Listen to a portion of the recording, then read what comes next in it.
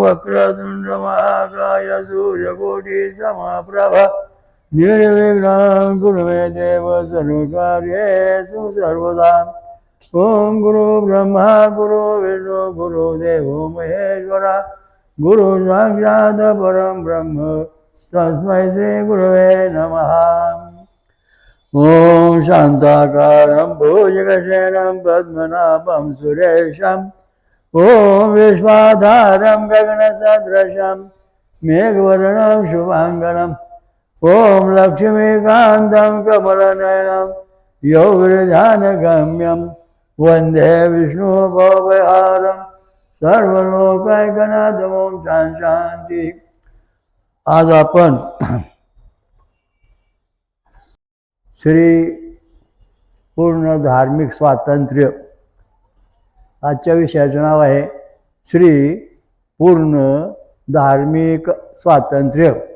आतापर्यंत जगामध्ये स्त्रियांच्या बाबतीमध्ये वाकडं तिकडं खूप लिखाण करून ठेवलं आहे आणि यांचा कधीच विकास होणार नाही। त्या अशा दुबळ्या राहतील ते परमेश्वराच्या बरोबर येऊ शकणार नाहीत असं भाकीत पूर्वी केलेलं आहे। त्याचप्रमाणे की ज्या स्त्रियांच्या बाबतीत लिहिलं आहे वाकडं तिकडं ते सगळं हाणून पाडायचं काम योग मार्गातल्या काही स्त्रियांनी पूर्वी केलं होतं, पण तसं पुढं दाखवलं नाही। अनेक देवदेवता पाहिले आपण, 52 शक्तिपीठं दाखवली, पण त्याच्या कुठल्याही देवीने आपल्याला विश्वरूप दाखवणं 18 भुजा 100 भुजा अशा दृष्टीने शिवा बसून स्वरूप दाखवलेलं आहे। तर त्या दृष्टीने आपण थोडा विचार करणार आहोत।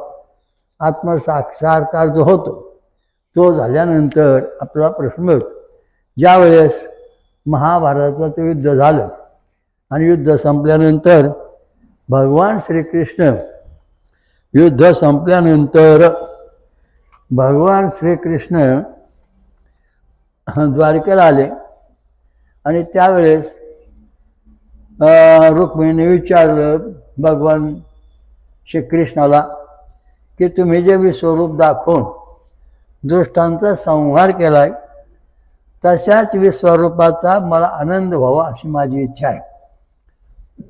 श्रीकृष्ण म्हणाले की ह्या जन्मात तुला आता शक्य नाही, पण याच्याकरता बऱ्याच वर्षा काळ जाऊन तपश्चर्या करावं लागेल आणि तपश्चर्या पूर्ण झाल्यानंतर ही गोष्ट पुढं तुला पूर्ण करता येईल असं कृष्णाने रुक्मिणीला वचन दिलं की ज्या वेळेस राम अवतारामध्ये सांगितलं की मी जेव्हा पृथ्वीवर येईन तेव्हा वैष्णवी देवीला तिचं वचन पूर्ण करीन, परंतु महालक्ष्मी म्हटली की मी रुक्मिणी आहे, मी महालक्ष्मी आहे आणि त्या वैष्णव देवीचा माझ्याशी काही संबंध पोचत नाही, मी स्वतंत्र आहे, माझा पूर्ण विकास होईन असं तत्त्वज्ञान सांगा।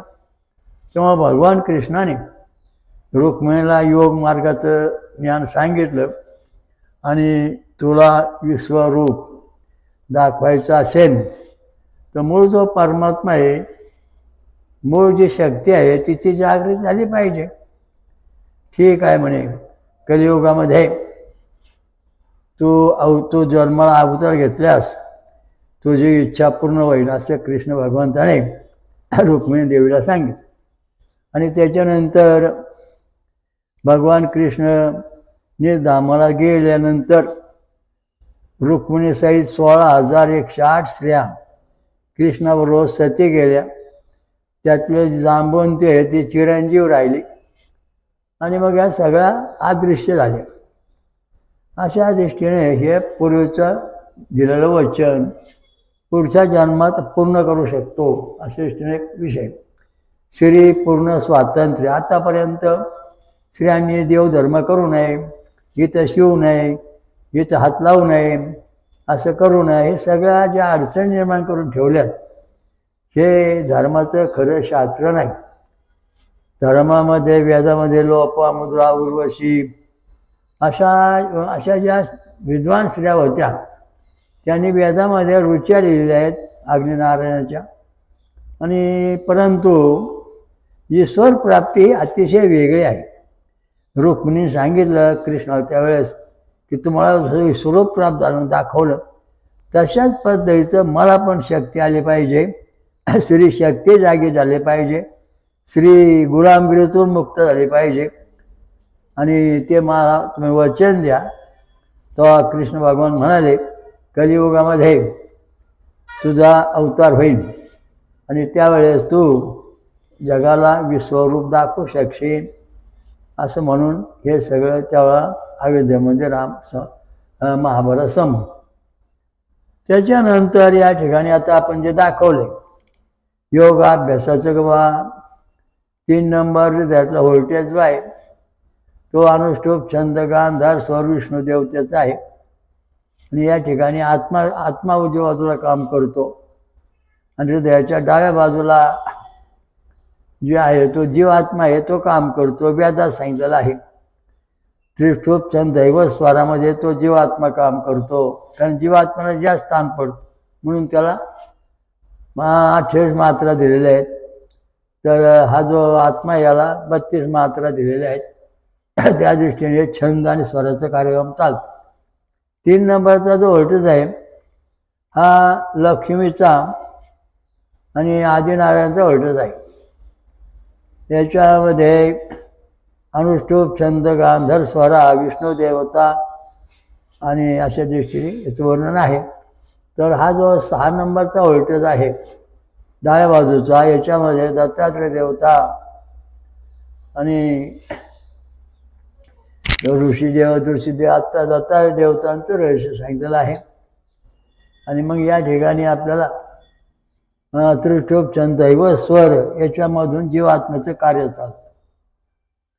अशा दोन्ही गोष्टी आपल्याला पूर्ण पाहिजेत. ज्यावेळेस आपण भक्ती करतो त्यावेळेस तरोडूप तराजू पारड. आता एक तराजू असते त्याला 2 बाजू असतात. एका बाजूला वजन दुसऱ्या बाजूला माल टाकला जातो. दोन्ही माल समान झाले पाहिजे. तसं या ठिकाणी आपल्या हृदयाच्या वरच्या बाजूला अंटिजन म्हणजे ब्रह्म असतं आणि त्या दोघांचं नियंत्रण करतं. म्हणजे उजव्या बाजूचं पारड डाव्या बाजूचं पारड याच्यामध्ये कमी कोण आहे जड कोण होते हा प्रश्न आहे. तर ज्या वेळेस उजव्या बाजूला जो व्होल्टेज आहे तो व्होल्टेज जर समजा 5-6 mm 10 mm आला तरी त्याला पारडं जे आहे आत्म्याचं ते समतोल आहे. त्याचप्रमाणे डाव्या बाजूचं जे जीवात्म्याचं पारडं आहे हृदयामध्ये जीवात्मा आहे ते जर व्होल्टेज 6 mm 10 mm आले तर ते समतोल आहे, तर सिद्ध झालेलं आहे. परंतु जर समजा उजव्या बाजूचा व्होल्टेज 6 ते 10 mm आहे आणि 6 ते 10 mm आहे त्यावेळेस हे पारडं जड आहे. परंतु डाव्या बाजूचा जो व्होल्टेज आहे तो जर समजा 3 mm 5 mm असतं ते पारडं कमकुवत झालेलं आहे, म्हणजे पूर्णत्वाला पोचलं आहे, त्याचं वजन कमी झालं, त्याची शक्ती कमी झालेली आहे. आणि जर आधी कोणी झालं तर ते कधी व्यस कधी नो आणि निगेटिव्ह असलं ते पूर्णपणे निकामी होतात. अशा दृष्टीने या ठिकाणी आपल्या हृदयामधली गोष्ट आहे. आपलं हृदय जेव्हा सक्षम असन कार्यक्षम असन कार्यक्रमामध्ये तेव्हा आपला ईश्वर भक्ती प्राप्त होते. आता जे जीवात्मा आत्मा आहे त्या बाजूला 3 व्होल्टेज 1, 2 आणि 3 गणपती ब्रह्मदेव आणि विष्णू या तिघांची बाजू म्हणजे आत्मा. या आत्मावर नियंत्रण करणारे 3 जण या ठिकाणी असतात. आणि डाव्या बाजूला जे 4, 5 आणि 6 आहे तिथं शिव इंद्र आणि दत्त असे 3 जण इकडे काम करतात. ते दोघं जर समतोल 6 देव या ठिकाणी असते. 6 व्होल्टेज जर समजा 6 mm 10 mm आले तर तुम्हाला ब्रह्मज्ञान प्राप्त होण्याकरता शक्ती प्राप्त अशी होत नाही. आणि मग त्याच्याकरता विश्वरूप दर्शन करायचं, विश्वरूप पाहायचं. तर आपल्या शरीरातले जे व्होल्टेज आहेत म्हणजे 1, 2, 3, 4, 5 आणि 6 दोन्ही बाजूचे ते 6 mm ते 10 mm आले पाहिजेत. तेव्हा विषयवर म्हणजे वेद छंदो काळडिगा त्रिष्ठूप छंदनाम जगत छंदिशा जो स्वर प्रयोग होतो तो सगळा मेंदूचा राजा आणि मग सगळ्या व्होल्टेजवर तो नियंत्रण, शरीरावर नियंत्रण ठेवतो. आणि हा व्होल्टेज जेव्हा तयार होतो तेव्हा आपल्याला ब्रह्मस्थिती प्राप्त होते. आणि ते ब्रह्मस्थिती प्राप्त झाल्यानंतर मग आपल्याला विश्वरूपाचं दर्शन होतं, देवदेवताचं दर्शन होतं, असा प्रश्न आहे. तर हे विश्वरूप प्राप्त होण्याकरता आपल्याला ही एवढी मोठी तयारी करावी लागते. देव नाही अमगणार, तुमच्या व्होल्टेज शरीरातले नष्ट झाले त्यामुळे तुम्हाला ते ज्ञान होणार नाही. तुम्ही तुमचे व्होल्टेज सांभाळा. गाडी चाकं पंक्चर झाली, गाडी पळणार नाही. तसे तुमचे व्होल्टेज झाले, जे व्होल्टेज ते पंक्चर झाले, म्हणजे कमी झाले, त्यामुळं तुम्हाला नास्तिकपणा, ईश्वर प्राप्ती होऊ शकत नाही. तुम्ही तुमचं तपासून पहा. आणि जेव्हा ते साई बटणं पॉझिटिव्ह येतील तेव्हा जगात देव आहे, परमेश्वर आहे, ब्रह्मज्ञान आहे, म्हणजे ब्रह्मतत्व आहे, सगळं कळणार आहे. तोपर्यंत कळू शकत नाही. बुद्धीची जी एकाग्रता आहे ती साई नंबरमध्ये, आपलं मन एकत्र येत नाही. मनाचा व्होल्टेज नंबर 3 हा जर 6 ते 10 mm असेल तर आपलं मन व्यवस्थित काम करतं. तो जर 5 mm असेल तर मन 50% काम करतं, 50% काम करीत नाही. आणि तो जर आधी कोणी असेल 3 नंबरचं व्होल्टेज तर कधी मन काम करतं, कधी करीत नाही, आळसून बसतो. आणि निगेटिव्ह असलं तर वेळ सगळं करतो, कामच करीत नाही आणि बसून जातो. काय व्हायचं होऊ द्या, काय व्हायचं होऊ द्या, अशा शिण्याची बुद्धी चालते. Voltage number 3. तर सांगायचा मुद्दा असा आहे की बुद्धीला व्होल्टेज नंबर जे 7 ही सी जी वेद छंदो कार्डिक काम ही सी जी ही 7 पॉझिटिव्ह साई बटणं पॉझिटिव्ह होतील तेव्हा बुद्धी देवता जागृत होऊन कार्य करायला लागते. तेव्हा आपल्याला 100% बुद्धीचा अनुभव येतो. आपल्या मेंदूमध्ये 36,000 केंद्र आहेत. त्या प्रत्येक केंद्राला 1,000 तंतू आहेत आणि एका तंतू अनंत तंतू आहेत, अशी रचना आहे. त्याचप्रमाणे आपल्या मेंदूमध्ये 10,000 कोटी जीवपेशी आहेत. आणि त्या 10,000 कोटी जीवपेशी ज्या आहेत त्या शरीराचं ईश्वराशी संबंध साधतात. त्याचप्रमाणे 100 अब्ज एवढे आपल्या मेंदूमध्ये तंतू आहेत.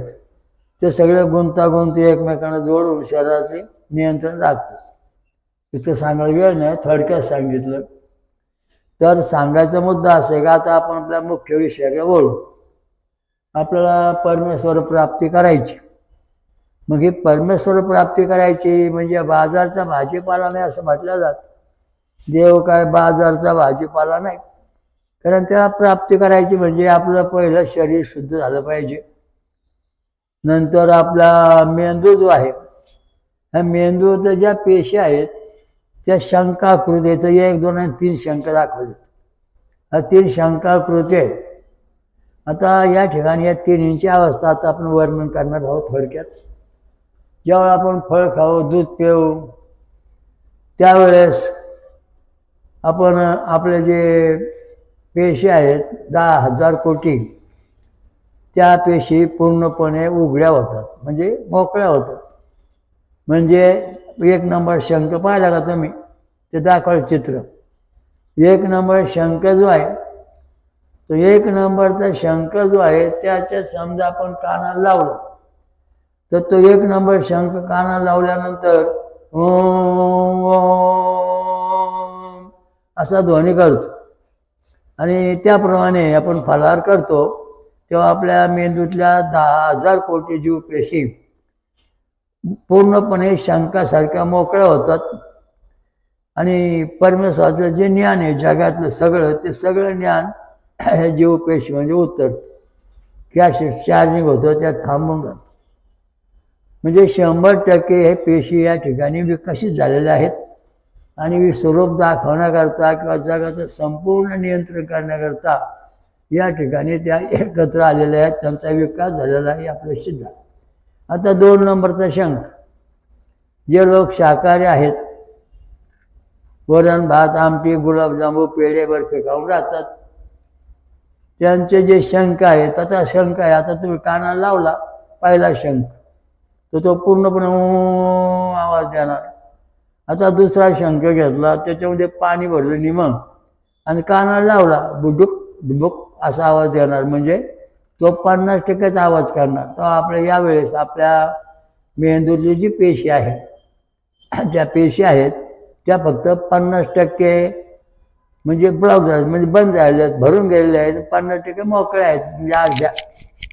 म्हणजे संपूर्ण उभा जो शंख आहे तो 100% मोकळा होता. हा शंख म्हणजे शंखपेशी 50% भरून गेलेले आहे जड अन्नाने, आणि त्यामुळे आपल्याला फक्त 50%च अनुभव येऊ लागतो, 100% नाही. आता तिसऱ्या नंबरचा शंख घेऊ. मांसाहार करणे, दारू पिणे, गांजा ओढणे, ही जी लोक आहेत यांच्या मेंदूमध्ये 10,000 कोटी जीवपेशी आहेत, परंतु त्या सगळ्या पेशी 3 नंबर शंख बघा, त्या 3 नंबर शंख आहे ना, तो मोकळा असताना आवाज होतो, अर्ध भरलेला आवाज होतो, पण जेव्हा याच्यामध्ये पूर्ण पाणी भरलेलं आहे तेव्हा मग आवाज अजिबात येत नाही, किंवा त्यातून कुठलं ज्ञानही होत नाही, काही समजत नाही. त्याप्रमाणे खाणारी पिणारी मंडळी आहे, त्यांच्या ज्या जीवपेशी आहेत त्या जीवपेशी 0% ते 25% फक्त ओपन होतात. म्हणजे त्याच्यामध्ये ईश्वरी ज्ञान येऊ शकत नाही, भौतिक ज्ञान येऊ कुठलं ज्ञान येऊ शकत नाही, आणि ते पूर्णपणे शंख ज्या शंखात पाणी भरल्यानंतर तो परिपूर्ण बंद झालेला आहे. मग अशा दृष्टीने हे झाल्यानंतर आपला विकास कुठला, म्हणजे आपली प्रगती होणार नाही. तेव्हा वेदामध्ये सांगितलेलं आहे, ओम ऋषी पौमाना पांजन्य पुरोहिता तमिमहे महागयम. जगामध्ये ब्राह्मण, क्षत्रिय, वैश्य आणि क्षुद्र, अतिक्षुद्र ह्या सर्वांना परमेश्वर प्राप्तीचा अधिकार आहे, परंतु त्यांचं आचरण शुद्ध पाहिजे. आता या सगळ्यांना जर समजा खायाप्याचं सुरुवात झाली, त्या सगळ्या पेशी ब्लॉक झाल्या, बंद झाल्या. जर ते वरण भात आमटे खाऊन शाकाहारी बनले तर 50% पेशी मेंदूच्या पेशी काम करतात, आणि जेव्हा ते फळं खाऊन उच्च कोटीचा आहार घेतील, उपवास करतील, तपश्चर्या करतील, तेव्हा त्यांच्या ज्या पेशी आहेत 10,000 कोटी मेंदूतल्या, त्या पेशी 100% ओपन म्हणजे मोकळ्या झालेल्या आहेत. आणि मग परमेश्वराचे स्वर्गीय ज्ञान आहे, दृश्य अदृश्य सगळे या पेशीमध्ये येऊन साधतो, आणि मग 36,000 केंद्रांचा संबंध साधतो, आणि मग आपल्याला दिव्य ज्ञान, दृष्टी ज्ञान, खरं सत्य काळासुरातोवर कळत नाही. कारण आपल्या शरीराचे पूर्ण शुद्ध देह शुद्ध करून भजनी वाजावी. आपला देह शुद्ध झाल्याशिवाय आपला भजन पूजन करण्याचा अधिकार नाही, आणि केला त्याचा काय उपयोग नाही. कारण देह शुद्ध करून भजनी वाजवायचा अर्थ असा आहे की शंख शुद्ध करून नाद ऐकावा, असं झालं. म्हणजे शंखातलं पाणी काढून टाका आणि कानाला लावा चालू. तशा प्रकारचं आपल्या शरीरात जे वाकडं तिकडं आहे, ते अमंगळ आहे, ते सगळं धुवून काढा, फळं खा, दूध प्या, म्हणजे मग तुम्हाला ईश्वर प्राप्तीचं ज्ञान व्हायला सुरुवात होईल. असा देह शुद्ध करायचा. आपल्या शरीराला सगळ्या जे इंद्रिय आहेत, शरीरात जे पाया नखापासून डोक्यापर्यंत, डोक्यापासून नखापर्यंत, ती सगळी इंद्रिय परिपूर्ण शुद्ध झाली पाहिजेत. आणि ते परिपूर्ण शुद्ध व्हायचे म्हणजे आपल्याला फळं खाऊन दूध पिऊन जवळजवळ 12 वर्ष 24, 36, 48 वर्षाचा परिणाम दिलेला आहे. 1 वर्ष तपश्चर्या करायची. तपश्चर्या करायची म्हणजे शरीर शुद्ध ठेवायचं, आणि मग याच्यामध्ये स्वर्गाचा संदेश, स्वर्गाचे देवदेवता यांचे जे गुणधर्म सगळे आपल्या मेंदूत तयार होऊन आपल्याला विश्वरूप दाखवता येतं, किंवा विश्वरूप प्रकट होतं. हा महत्त्वाचा मुद्दा आहे. आता स्वर्गामध्ये काय आंब्याचं झाड आहे, आणि सांगितलं बा सगळं आंब्याचं झाडे ना आंब्यासहित पृथ्वीवर न्यायचं, ते शक्य होणार नाही, कारण तो आणू शकत नाही आपण. म्हणून आपण काय करणार, आंब्याची कोय घेऊन येणार आणि ती पृथ्वीवर लावणार. पृथ्वीवर लावली की तसंच त्याला आंबे येणार, फळं येणार. तशा प्रकारे जो परमात्मा आहे स्वर्गामधला विश्वरूप, ओम सहस्रीशा सहस्रपुरुषा सहस्राक्षा सहस्रपात समृत्या दशांगुलम, हा जो परमेश्वर आहे आपला हिंदू धर्माचा, तो जसा तसा पृथ्वीवर आत्मरूपाने येतो, आणि मग मानवरूप धारण करतो, आणि आपलं मूळ स्वरूप म्हणून दाखवतो. उदाहरणार्थ भगवान श्रीकृष्णाने आपलं विश्वरूप अर्जुनाला दाखवलं. म्हणजे ते मूळ स्वरूप दाखवलं. म्हणजे मूळ परमात्मा जो ज्या ठिकाणी राहतो तोच परमात्मा राम, कृष्ण आणि दत्त या रूपाने पृथ्वी आलेला आहे. ज्याने आपलं स्वरूप पूर्ण दाखवलेलं आहे. आणि मग त्याची आपण भक्ती करतो, आपलं सुख, शांती, समाधान मिळतं. जर इतर ठिकाणी तुम्ही पळाल तर फायदा होणार नाही.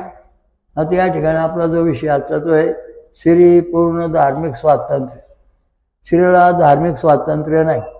आतापर्यंत सगळे देवदेव जेवढ्या देवी झाल्या, कुठल्या देवीने मानवरूपात येऊन आपल्याला संपूर्णपणे विश्वरूप दाखवलं नाही. पण रुक्मिणीने सांगितलं, कृष्ण हट्ट धरून बसली, तेव्हा या ठिकाणी सौभगवती यमुना देवी त्यांनी जवळजवळ 40-50 वर्ष असे खरं तर तपश्चर्या केली, फळं खाऊन दूध खाऊन राहिल्या, योगाचा अभ्यास केला. आत्मा आणि जीवात्मा हे दोन्ही एकरूप झाले आणि मग ब्रह्मस्थिती प्राप्त झाली. आणि मग त्यांना विश्वरूप अनेक लोकांना दाखवता आलं, दाखवलं त्यांनी. म्हणजे या ठिकाणी कृष्णाने पुरुषांना स्वातंत्र्य विश्वरूपाचं दाखवलं.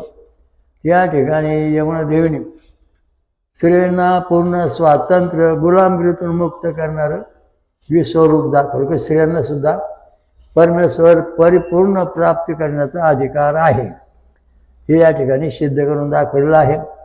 धर्ममार्तन, धर्मपंडित अनेक भेटले, त्यांना पण असं दर्शन झालं. आणि मग ते जगदंबा, जगन्माता म्हणून निघून गेलेले आहेत माझ्यासमोर. त्यांच्या पायाचे त्यांना ते जे बुद्धिमान आहेत तपस्वी त्यांना त्यांचं विश्वरूप दर्शन व्हायचं. आणि मग ते मला सांगायचे, यांचं तुम्हाला काय दर्शन होतं का, असं होतं का? मी म्हटलं मला होतं असं मी तुम्हाला काय सांगेन, तुमचं तुम्ही ठरवा. तर अशा दृष्टीने या यमुनादेवीने महालक्ष्मी, दुर्गादेवी, नंतर विश्वरूप अशा अनेक रूपामध्ये अनेक भक्तांना साक्षात दृष्टांत असताना दिलं.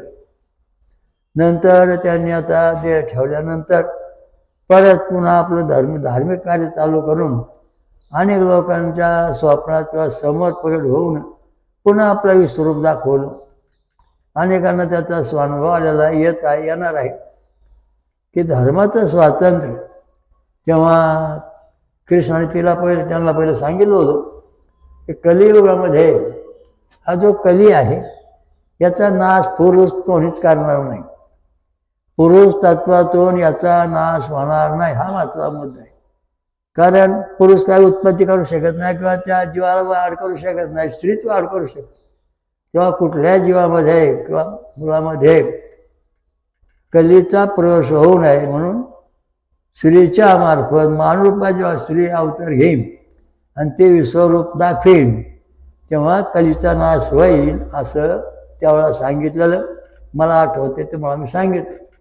तर सांगायचा मुद्दा असा आहे की यमुनादेवीने हे विश्वरूप दाखवल्यानंतर स्त्रीला पूर्ण धार्मिक स्वातंत्र्य प्राप्त झालेलं आहे.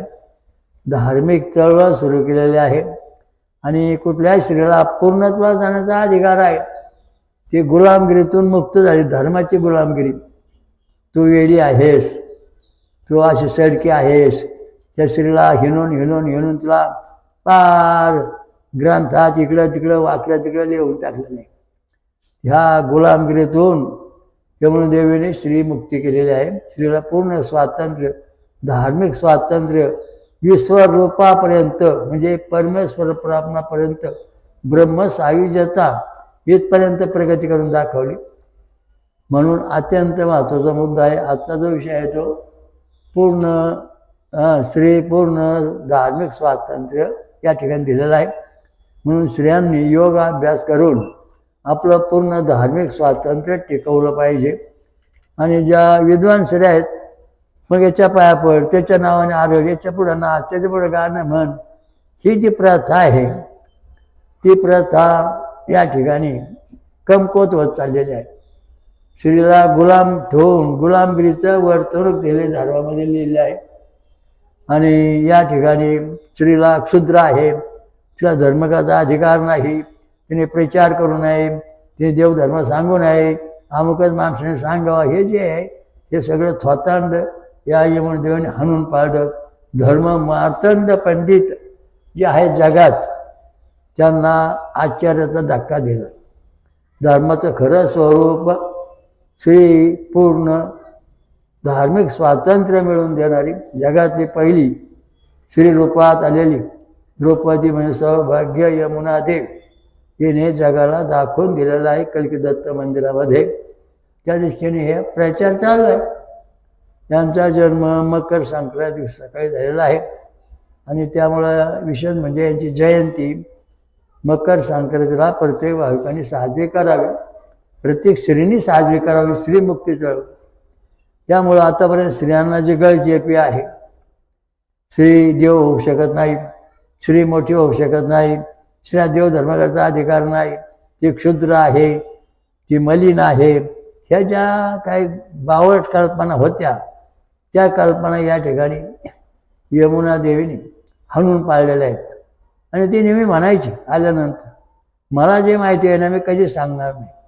मी कोण आहे मला माहिती आहे पण मी सांगणार नाही. का सांगतच नसतं. पण जेव्हा ते आता निधामात जायचे त्याच्या आधी 1-2 दिवस तिने आपली सगळी माहिती दिली. तर त्या दृष्टीने आम्ही या ठिकाणी अनेक भाविकांना जे दर्शन झाले त्या हा फोटो या ठिकाणी तयार केलेला आहे.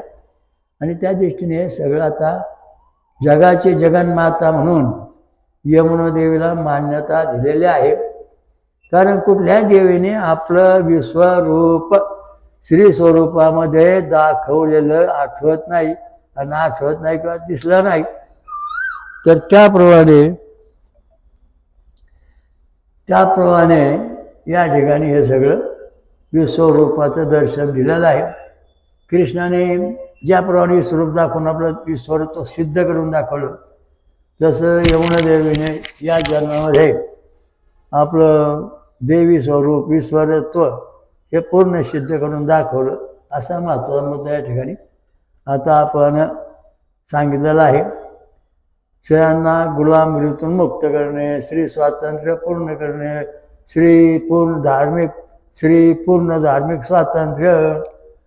पूर्ण धार्मिक स्वातंत्र्य स्त्रियांना अजून नव्हतं. आणि स्त्रियांना पाळी येते, अमुक येते, त्याने अभ्यास करू नये, असं करू नये, फक्त त्याने निवेद करावा, टाकावा. आमचे ज्यामध्ये होते तिला 4ही वेदाचे ते मंत्र म्हणत असं होम हवन करीत असं लहानपणापासून. हे आले कुठून, ते मंत्र कसे काय शिकले, हा प्रश्न पूर्वी जन्मात नाही.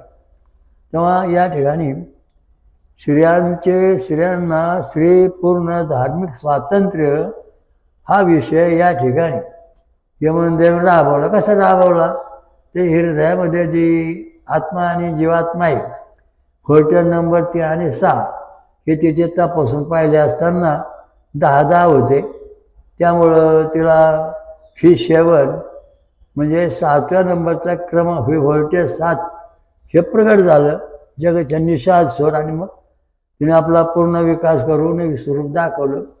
त्याचप्रमाणे ज्या ज्या स्त्रियांना धर्मामध्ये पूर्ण प्रगती करायची असेल तिने जगन्माता द्रौपदी उर्फ यमुनादेवी यांची साधना उपासना करावी. आणि त्यामुळे तुम्हाला स्वर्गात सुख आहे का नाही मिळेल. मग आता स्वर्ग आहे का नाही, अनेक धर्माला सांगितलं स्वर्ग नाही.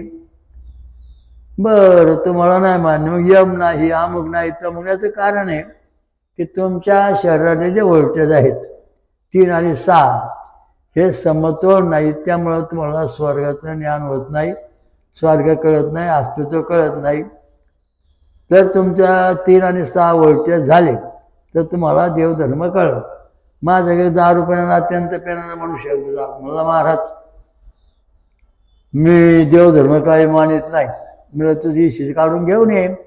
आणि 3 आणि 6 नंबरचा व्होल्टेज, 6 नंबरचा व्होल्टेज निगेटिव्ह आणि 3 नंबरचा पॉझिटिव्ह. म्हणजे भाऊ तू नास्तिक आहेस, तू फळं खा, दूध पे आणि 6 महिने भेट.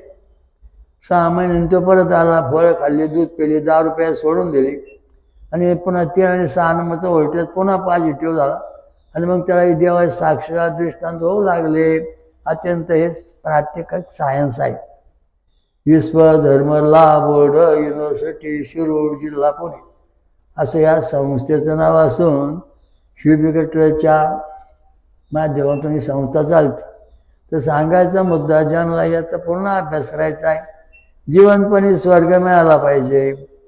त्याच्याकरता रामप्रभूला व श्रीकृष्ण सांगितलं त्यांच्या गुरूंनी की जिवंतपणी स्वर्गामध्ये जागा मिळवायची, पण ती जागा मिळवणं फार अवघड आहे. कारण त्याच्याकरता जायचं म्हणजे फार अवघड आहे. पोलीस भरती व्हायची किंवा मिलिटरी भरती व्हायची, मग तुमचं डॉक्टर मेडिकल होणार, तुम्हाला उभं करणार. उंची 162-63 सेंटीमीटर, छाती 36 इंच, पास. उंची 150 सेंटीमीटर, छाती 22, नापास. तशा दृष्टीने या ठिकाणी स्वर्गात जाताना गायत्री छंद जो आहे तो भगवान कृष्णाने सदैव सांगितलेला, तो आपल्याला अवगत आला पाहिजे. त्या दिवशी आपलं शरीर बनलं पाहिजे. एक गोष्ट महत्त्वाची म्हणजे समोर एक खिडकी आहे, तिला 2 गज आहेत तिला, आणि बाहेर जवळजवळ 100 मांजरं बसलेले आहेत. आज दह्याचे गाडगे, तर सगळी मांजर म्याव म्याव करीत नाही, दही खाण्याकरता आलेले आहेत. तर मुद्दा असा आहे, ज्या मांजराच्या मिशा दोन्ही गजाला चिकटत नाही तेच मांजर फक्त आत गेलं. 100 मांजरातून एका मांजराला प्रवेश आत मिळाला, कारण त्या गजाला स्पर्शण्याकरता पिशा. बाकीच्या ज्या मांजरं होत्या त्यांच्या मिशा गजापेक्षा 2 इंच अर्धा इंच मोठ्या होत्या, त्यामुळं त्यांना आत प्रवेश करता आला नाही किंवा दही खाता आलं नाही किंवा दह्यापर्यंत जाता आलं नाही. तशा दृष्टीने आपलं जे शरीर आहे ते गायत्री मंत्र छंदाने 24 संवेदनाने परिपूर्ण झालं पाहिजे. आणि जेव्हा आपलं परिपूर्ण होईल, जेव्हा आपल्याला विश्वरूप प्राप्त होईल, जेव्हा ब्रह्मस्थिती प्राप्त होईल, तेव्हा आपण त्या स्वर्गाच्या दारातून आत जाऊ शकतो. तसं जाऊ शकत नाही. जो उठतो तो स्वर्ग नाही, मृत्यू नाही. अभ्यास करा, मग सगळं काय आहे. इंग्रजी येत नाही, मग इंग्रजी अभ्यास करा. संस्कृत येत नाही, संस्कृत अभ्यास करा. मग या अभ्यासाशिवाय काहीच नाही. नुसत्या गप्पावरून चालणार नाही. साधूचे संगती तरुणोपाय, साधूना परिणाम विनाशा दुष्कृताम. त्या कृष्ण आणि ज्ञानेश्वरांनी सांगितलं साधू म्हणजे काय, ज्याचे सगळे अवयव परिपूर्ण विकसित झालेले आहेत, ईश्वर प्राप्ती करता तो साधू. ज्याचा जिवंतपणी 10वा 13वा झालेला आहे तो साधू. ज्याचा 10वा 13वा जिवंतपणी होत नाही तो कच्चा साधू. म्हणून भगवान कृष्णाने सांगितलं की मी साधूंचा उद्धार करणार. कोणत्या साधूंचा? जे 10वा आणि 13वा जिवंतपणे करतात त्या साधूंचा मी उद्धार करणार आहे, बाकींच्यांचा नाही. कारण हे साधू पोट भरण्याकरता कपडे घालतात भगवे किंवा पांढरे आणि फिरतात साधून देवाच्या नावाखाली. हे साधू होऊ शकत नाहीत. तर स्त्रीला गायत्री छंद जपला पाहिजे, पुरुषांनी जपला पाहिजे. तेव्हा आपण बरोबर स्वर्गाच्या दारातून आत प्रवेश करून परमधामला जाऊ शकतो. आता या ठिकाणी मात्र मुद्दा असे, आपण फळं खातो, दूध पितो, मग आपण कुठपर्यंत प्रगती करणार? म्हणजे गणेश लोक, ब्रह्मलोक, विष्णुलोक, शिवलोक, इंद्रलोक, दत्तलोक, विराट, या 7 लोकांमध्ये आपण फळं खाऊन दूध पिऊन जाऊ शकतो. 7व्या लोकात विराट लोकात गेल्यानंतर पुढं 4 लोक आहेत. लिंग महापुराणामध्ये अर्थात रामलिंग महापुराणामध्ये 4 लोक सांगितले. विष्णुलोक, स्कंदलोक, पार्वतीलोक आणि रुद्रलोक, हे 4 लोक आहेत. या 4 लोक जे आहेत हे अविनाशी आहेत, नष्ट कधी होत नाहीत. आणि हे बाकीचे लोक आहेत हे बी तसेच असतात. मग आपण जातो कुठल्या गणेश लोकात गेला, ब्रह्मलोकात गेला, विष्णू लोकात गेला, शिवलोकात गेला, हे सगळं आपलं चालू राहतं. परंतु आपण जेव्हा वरच्याच लोक परमधामात जायचं आहे, तर हे 4 लोक वर्णनलं परमधाम सुरू होतं, आनंदकोटी प्रकाश वर्ष अंतरावर, तिथं परमेश्वर राहतो. तर या 4 लोकात जाण्याकरता आपल्याला अमृत प्राप्ती व्हावी लागते. म्हणून अमृत गवळण म्हणणे आवश्यक आहे. गवळण म्हणे गवळणीला, चला चला अमृत मंदन स्वर धरतला, अमृत पिऊ अमर हो जाव परमधामाला. पंढारेचा राजा पांडुरंग इथे झाला मोहिनी गवळण, देवांना देतो अमृत राक्षसांना देतो मजरा, असा कार्यक्रम युगे युगे चालला. काशीश्वर दत्त म्हणे शिरूर मर झाले, शिरुराव्रत गवळणी रे. तर हे जे आहे अमृत प्राप्त झाल्याशिवाय पुढचे 4 लोक प्राप्ततून पुढे जाता येत नाही. मग हे यमुना देवीला अमृत प्राप्त झालं.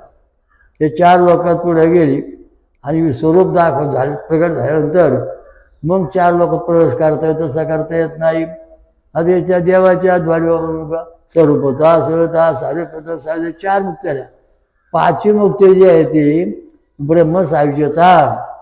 आणि ब्रह्मसायुज्यता कृष्णाला मिळाली, रामप्रभूला मिळाली, दत्तप्रभूला मिळाली, आता यमुना देवीला पण मिळाली, म्हणजे श्री स्वरूपामध्ये. तर ह्या विराट स्वरूपाचं जे दर्शन आहे ते श्री स्वरूपाचं म्हणजे श्री पूर्ण स्वातंत्र्य, धार्मिक स्वातंत्र्य मिळवून दिलेलं आहे की स्त्रियांना सुद्धा पूर्ण ईश्वर प्राप्तीचा योग मार्गाचा अधिकार आहे. कारण त्या योगाचा अभ्यास करीत, नंतर वेदांचे संस्कृत मंत्र म्हणत, होम हवन करीत, म्हणजे सर्व गोष्टी केल्या. तर त्या दृष्टीने विकास झाला पूर्ण. फळं खाणे, दूध पिऊन राहणे, साधनं, शरीर शुद्ध ठेवणे हा मात्र मुद्दा पाळला. म्हणून ते विश्वरूप दर्शन दाखवलं. पण कृष्ण दैलोणी खात होते म्हणून कृष्णाने अर्जुन आपलं विश्वरूप दाखवलं. रामप्रभू कंदमुळे खात होते म्हणून रामप्रभूने हनुमानला आपलं विश्वरूप दाखवलं. रामगीता 1000 श्लोक आहेत, कृष्णगीता 700 श्लोक आहेत. नंतर या ठिकाणी या लोकांनी असं खाल्ल्यानंतर मग आता यांनी फळं खाल्ली, दूध पिऊन साधना केली, त्यामुळं हे शरीर शुद्ध झालं. मेंदूमधले 10,000 कोटीच्या जीवपेशी आहेत त्या पूर्णपणे शंखासारख्या मोकळ्या झाल्या. नसा नसामधून ते दैविक कण पसरले आणि मग विश्वरूप दर्शन दाखवता आलेलं आहे. विश्वरूप दाखवलं त्याने. मूळ जो आत्मा आहे तो विश्वरूपच आहे म्हणून दाखवलं. म्हणून या ठिकाणी श्री पूर्ण स्वातंत्र्य जगामध्ये प्रत्येक स्त्रीला यमुना देवीने मिळवून दिलेला आहे विश्वरूप दाखवून. अशा दृष्टीने हा महत्त्वाचा मुद्दा मी तुम्हाला सांगितला आहे. ओम दत्त दत्त राम राम, ओम दत्त दत्त राम राम, ओम शिव शिव श्याम श्याम, ओम शिव शिव श्याम श्याम, ओम दत्त दत्त राम राम, ओम दत्त दत्त राम राम, ओम शिव शिव श्याम श्याम, ओम शिव शिव श्याम. आता एखादा विचारला प्रश्न, लांबून कोणतरी आवाज आला की आम्ही आमचं दिव्य शरीर प्राप्त कसं करायचं, त्याला कोणता मंत्र आहे, कोणत्या पद्धतीने म्हणायचं म्हणून दाखवतो. दैवी संपत्ती महामंत्र. ओम भू ओम भुहा ओम स्वा ओम महा ओम जना ओम तपा ओम सत्यम ओम तत्सवितुर्वरेण्यं भर्गो देवस्य धीमहि धियो यो नः प्रचोदयात्. ओम एकदन्ता विद्महे वक्रतुण्डाय धीमहि तन्नो दन्तिः प्रचोदयात्.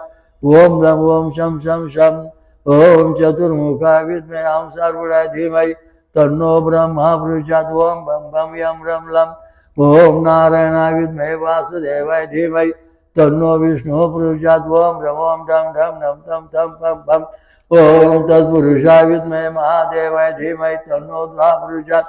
ओम यम ओम कं खं गं गं नं चं चं ठं ठं, ओम सहस्रनेत्राय विद्महे वज्रहस्ताय धीमहि तन्नो इंद्रः प्रचोदयात्. ओम आमी वीरुलुलुलुयाय ओम ओम सरस्वती विद्महे ब्रह्म धीमहि तन्नो देवी प्रचोदयात्. ओम ओम क्लां क्लीं क्लीं क्लों क्लीं कः, ओम दिगंबरा विद्महे अवधूताय धीमहि तन्नो दत्तः प्रचोदयात्. क्षम ओम ईश्वरूपाय विद्महे निरंजनाय धीमहि तन्नो विराटः प्रचोदयात्. ओम कं वं ओम आमी वीरुलुलुयाय ओम ओम कं खं गं गं नं चं अक्षाज्ञं, ओम महाज्वाला विद्महे अग्निदेवाय धीमहि तन्नो अग्निः प्रचोदयात्. ओम आपो ज्योतिरस्वामृतं ब्रह्मर्भुर्भास्वरं स्वाहा दत्तमिदं. हा जो मंत्र आहे हा मंत्र मानवाचं शरीराचं देवाच्या शरीरात रूपांतर करतो या विश्वरूपामध्ये. आणि मग त्याला स्वर्गात प्रवेश, अमृत प्राप्ती होते. अमृत प्राप्त झाल्याशिवाय स्वर्गात तुम्हाला प्रवेश मिळणार नाही. मूळ ठिकाणी परमधाम. कुठे आहे परमधाम? आता बघा आपण गणेश लोकांपासून वराळपर्यंत 7 लोक ओलांडले, पुढे 4 लोक आहेत, 7 आणि 4 11 म्हणजे महाविष्णू लोक. गोलोक किंवा त्या जोडून असणारा विष्णुलोक, तिथून आपण अमृत प्राप्त झाल्यानंतर पुढे निघाले. त्याच्यानंतर स्कंदलोक म्हणजे कार्तिक लोक, तिथं अमृत प्राप्त झालं, प्रवेश पुढे मिळाला. नंतर पारलोक, महापंचसागरेश्वरी हा लोक, आणि ह्या लोकातून अमृत प्राप्त पुढे निघालो. विराट लोक, रुद्रलोक म्हणजे शिवलोक, त्या शिवलोकामध्ये अमृत पुढे निघालो. आता त्याच्यापासून अनंत प्रकाश अंतरावरती परमधाम आहे. तिथं स्वयंप्रकाशित परमधाम आहे भगवान कृष्णाचं, आदिनारायणाचं. तर त्या ठिकाणी जो देव राहतो आपला मुख्य, त्याचं स्वरूप असं आहे, ओम सहस्रीशा विद्महे कल्किदत्ताय धीमहि तन्नो ब्रह्म प्रचोदयात्. ओम सहस्रीशा पुरुषा सहस्राक्षा सहस्रपात सवृत्या दशांगुलम. हा देव तिथं राहतो, हा आपला मुख्य देव. आणि ह्या देवाच्या पासून जी छाया प्रगट होते ती आदिमाया शक्ती विश्वरूप प्रगट करते. तर हा मुद्दा या ठिकाणी महत्त्वाचा आहे. मूळ देव आहे, मूळ देवापासून ह्या आदिमाया शक्ती बाहेर पडली, आणि त्या ठिकाणी हा मूळ देव जो आहे तो कृष्ण रूपाने पृथ्वी आला, रामाच्या रूपाने आला, दत्त रूपाने आला. आणि ही जी मूळ देवी आहे परमेश्वरी योगेश्वरी, ती या ठिकाणी पूर्णत्वाने यमुनादेवीच्या रूपाने प्रगट झाली होती. विश्वरूप दाखवलं, श्री पूर्ण धार्मिक स्वातंत्र्य मिळून दिलं. हा महत्त्वाचा मुद्दा आहे. यांची जयंती मकर संक्रांती दिवशी असते, त्याचा आपण फायदा घ्या. इच्छा असल्यास साजरी करा, तुम्हाला फायदा होईल. स्त्रियांना पूर्णत्वाला यायचा असन, तर पुरुषांना पूर्णत्वाला यायचा असन, तर ओम सहस्रीशा सहस्राक्षा सहस्रपात मूर्त्या दशांगुलम हा देव पुरुष रूपाने नटलेला आहे, हाच पुन्हा स्त्री रूपाने नटतो. हा याचा महत्त्वाचा मुद्दा या ठिकाणी सांगितला आहे. आणि तुम्ही जर विश्वरूपाची टॅली केली, कृष्णाने दाखवलं विश्वरूप आणि यमुना देवीने दाखवलं विश्वरूप, याच्यामध्ये जर पाहिलं तर ही मध्ये स्त्री स्वरूप आहे आणि कृष्णाचे पुरुष स्वरूप आहे. म्हणजे विश्वरूपात जे आहे ते तसंच आहे. त्या दिवशी या ठिकाणी स्त्रीला धार्मिक स्वातंत्र्य पूर्ण मिळवून देणारी जगातली पहिली योगेश्वरी यमुनादेवी आहे. त्याच्या मार्फत तुम्हाला हे सगळं प्राप्त होईल. ओम दत्त दत्त राम राम, ओम दत्त दत्त राम राम, ओम शिव शिव श्याम श्याम, ओम शिव शिव श्याम श्याम. ओम दत्त दत्त राम राम, ओम दत्त दत्त राम राम, ओम शिव शिव श्याम श्याम, ओम शिव शिव श्याम. हरि ओम दत्त. ओम शांती शांती.